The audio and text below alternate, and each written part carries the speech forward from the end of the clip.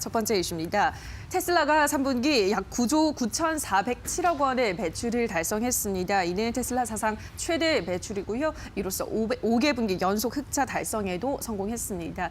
다만 이러한 흑자 달성 성공에는 규제 크레딧의 영향이 컸다고 하는데요. 규제 크레딧은 배기가스를 적게 배출한 기업이 정부가 정한 배기가스 배출 허용량을 넘어선 기업에게 여유분을 판매해서 얻은 수입을 말합니다. 만약에 이게 아니었다면 흑자 달성이 어려웠을 수도 있다라는 분석을 내놨는데요. 어쨌든 그래도 흑자 달성은 성공했으니까 전문가님 어떻게 좀 봐야 될까요? 일단은 결과적으로 일단 흑자를 달성했기 때문에 그런 부분들 조금 긍정적으로 볼 수가 있겠습니다. 왜냐하면 결국에는 이제 환경에 대한 그런 규제에 대한 영향을 받은 거기 때문에 그러한 부분들이 지금은 단기적으로 봤을 때는 이렇게 단발성 비용으로 수익을 봤다라고 생각을 할 수 있지만 친환경적인 흐름이 그렇게 계속 강조가 될 수밖에 없고 그렇게 됐을 때는 테슬라의 이런 전기차 관련된 부분에서는 굉장히 좀 긍정적인 시장이 앞으로 열릴 수밖에 없다라는 그런 것들을 좀 반증하지 않나라는 생각이 들어요. 그래서 지금 뭐 최근에 친환경적인 이런 흐름들에 대해서는 굉장히 좋은 흐름들이 나타나고 있고 이게 만약에 또 지상에서만 만약에 나타난다라고 했을 때는 이게 뭐 단발성 이슈니까 좀 앞으로 불안해야겠다라고 할 수가 있지만 지금 뭐 바다에서는 이제 LNG선에서 친환경 흐름 나타나고 있고 또 이제 신재생 에너지 뭐 태양광이라든지 해상풍력이라든지 이런 전반적인 부분으로 이제 퍼져 나가고 있는 부분이고 동시다발적으로 그런 이슈들이 나타나고 있는 상황이기 때문에 저는 개인적으로 이 이슈도 좀 긍정적으로 바라보셔도 좀 나쁘지 않지 않을까라고 개인적으로 생각을 하고 있습니다. 그리고 기업이 어쨌든 저는 개인적으로 생각하는 게 기업이 이제 돈이 생기고 흑자가 계속 생기게 됐을 때는 앞으로 더 많은 투자와 그리고 회사 그 시장의 캐파를 넓히기 위해서 노력을 많이 하게 됩니다. 그래서 그런 부분들로 보셨을 때 좀 긍정적으로 보셔도 되지 않을까라고 보고 있고요. 또 이제 50만 대로 이제 추가적으로 공급을 하는 부분으로 해서 전년 동기 대비 약 37% 전년보다 37% 더 추가적으로 자동차도 만든다는 그런 얘기도 있었기 때문에 아무래도 흑자가 된 그런 부분들로 조금 더 이렇게 힘을 받아서 이러한 좀 강하게 시장을 넓히려는 그런 움직임들이 더 강하게 나타나지 않을까라고 보고 있고요. 또 이렇게 흑자가 나오고 이제 뭐 지수가 상승하는 그런 주가가 상승하는 그런 부분들로 인해서 뭐 S&P 500에도 조금 들어갈 수 있는 편입이 될 수 있는 이런 가능성도 열려 있고 그다음에 이제 테슬라 관련해서는 뭐 2차 전지라든지 아니면은 자율주행에 대한 이런 기대감들이 충분히 나타날 수 있기 때문에 뭐 관련주들에 대한 이런 기대감들도 다시 한번 좀 부각이 되지 않을까라고 생각을 하고 있습니다. 그래서 뭐 2차 전지 같은 경우는 뭐 이제 국내 3사 배터리 3사 뭐 LG 화학이라든지 이런 종목군들 좀 보시면 좋을 것 같고요. 일단 오늘 장에는 LG 화학 같은 경우는 좀 주가가 긍정적으로 좀 움직이고 있죠. 차트 보면서 좀 말씀을 드리면 LG 화학 같은 경우는 지금 이제 실적적인 그런 부분들에서 분사를 앞두고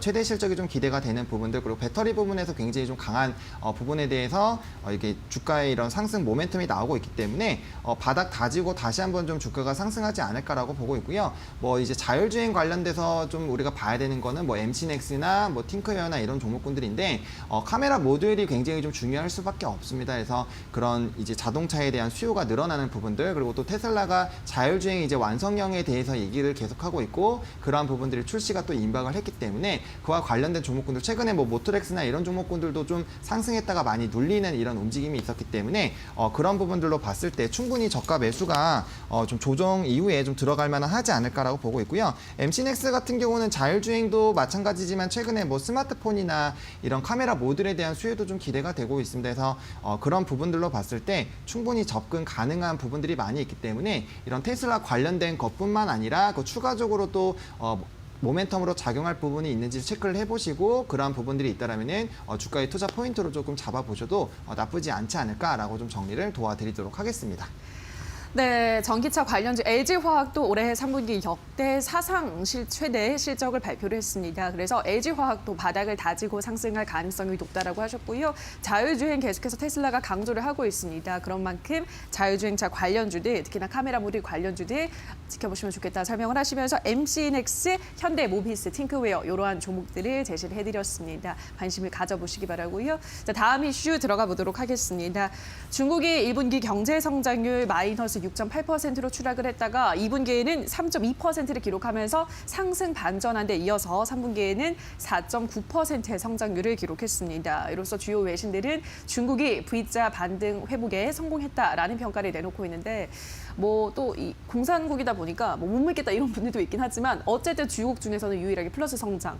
그래도 좀 공신력 있을 것 같은데 어떻게 보시나요, 전문가님? 일단은 수치로 그렇게 나왔다라는 부분으로 봤을 때는 그거를 이제 따라서 좀 이제 예측을 해보는 게 맞지 않을까라고 생각이 들고 있고요. 사실 최근에 이제 중국 소비주들 그리고 소비에 대한 심리들이 많이 나타나고 있는 부분들은 뭐 따이공이라든지 그런 부분들에서 충분히 확인이 되고 있는 그런 상황입니다. 그렇기 때문에 저는 개인적으로 이런 뭐 지표에 대한 이런 결과치는 조금 뭐 부정적으로 생각할 수도 있겠지만 저는 개인적으로 긍정적으로 생각을 하고 있고요. 네. 그런 흐름들로 봤을 때는 충분히 이런 경기 민감주에 대해서 관심을 높여가야 될 때가 아닐까라고 생각을 합니다. 왜냐하면 중국 같은 경우는 우리 국내에서 수출하는 비중이 굉장히 60% 정도가 될 만큼 네. 굉장히 큰 시장이고 거기에서 이제 시장이 돌아온다라고 하는 거는 빠르게 조금 소외가 됐었던 뭐 철강 종목군들 그리고 조선 종목군들 이런 종목군들이 빠르게 다시 한번 반등이 나올 수 있겠다라고 보시면 좋을 것 같고요. 또 화장품이나 이런 면세 관련된 종목군들도 중국의 의존도가 굉장히 높습니다. 화장품도 마찬가지고 그래서 그런 종목군들 위주로 빠르게 좀 상승이 나오지 않을까라고 보고 있고요.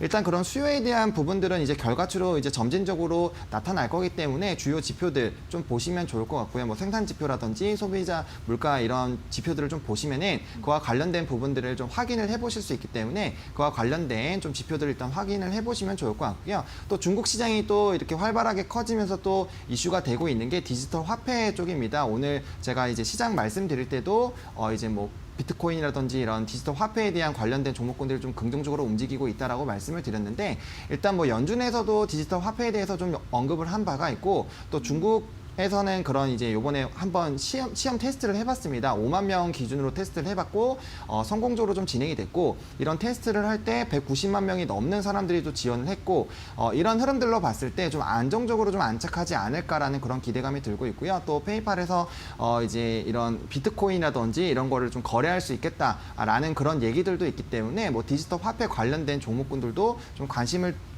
같이 좀 보시면 좋지 않을까라고 보고 있고요. 일단 뭐 관련된 종목군들에서 포스코부터 좀 빠르게 한번 살펴보도록 하겠습니다. 포스코 같은 경우는 이제 과거 금융위기 때도 적자를 기록하지 않았는데 이번에 코로나19 때 적자를 좀 기록을 해서 주가가 많이 눌렸었는데 이번에 이제 철강에 대한 이런 수요 증가와 이제 가격 증가로 인해서 다시 한번 좀 턴 어라운드가 좀 기대가 되고 있다라고 보시면 좋을 것 같고요. 뭐 현대제철 같은 건 영업이익 비슷하게 나오고 있지만 어쨌든 업황 좋아지는 거에서 좀 긍정적으로 작용이 되지 않을까라고 보고 있고요. 그다음에 이제 한네트 보겠습니다. 한네트 같은 경우는 최근에 주가가 굉장히 좀 큰 폭으로 상승하고 있는데 이런 디지털 화폐에 대한 관련주로 좀 엮여 있기 때문에 이런 부분에서 시세가 좀 빨리 나오지 않을까라고 보고 있습니다. 이거는 중국 성장뿐만 아니라 이제 디지털 화폐에 대한 그런 얘기들이 있기 때문에 그런 흐름들 좀 지켜보시면 좋을 것 같고요. 면세나 이런 거는 조금 더 시간이 걸리긴 하겠지만 어쨌든 바닥 다져 나가고 있습니다. 그리고 최근에 따이공들 돌아와서 이제 뭐 2주의 격리를 좀 감안하더라도 하는 부분들 그리고 항공주들이 다시 좀 회복이 되고 있고 여행주들도 최근에 좀 주가의 시세들이 나오고 있기 때문에 그런 부분들도 이제 소비주들 그리고 면세 관련된 종목군들도 좀 반등이 나오는 거 아니냐라는 이런 기대감들이 있기 때문에 중국에 대한 이런 성장 회복과 수요 증가로 이런 관련주들 상승하는지 여부는 좀 지켜보실 필요성이 있겠고 지금 저점에 있기 때문에 충분히 뭐 저가 매수 쪽으로는 접근이 용이하다. 다만 조금 시세가 늦게 나올 수 있기 때문에 단기 투자보다는 좀 중장기적으로 접근해 보실 필요성은 있겠다라고 좀 정리를 도와드리도록 하겠습니다. 네, 중국 경제가 회복을 하고 있기 때문에 중국 관련한 종목들 주목을 하셔야 된다 설명하셨습니다. 철강 수요가 특히나 중국에서 수요가 계속해서 증가를 하고 있습니다. 철강주 턴 어라운드 기대하시면서 포스코와 현대제철 주목을 해보시라 설명하셨고요. 디지털 화폐가 연일 주목을 받고 있습니다. 한네트 말씀하셨고 호텔신라, 아모레퍼시픽 이러한 소비주들까지 계속해서 관심을 가질 필요가 있겠다 설명하셨습니다. 자, 여기까지 오늘의 새빨간 이슈들은 헤르메스 스탁의 하창환 본부장과 함께했습니다. 전문가님 고맙습니다. 네, 감사합니다.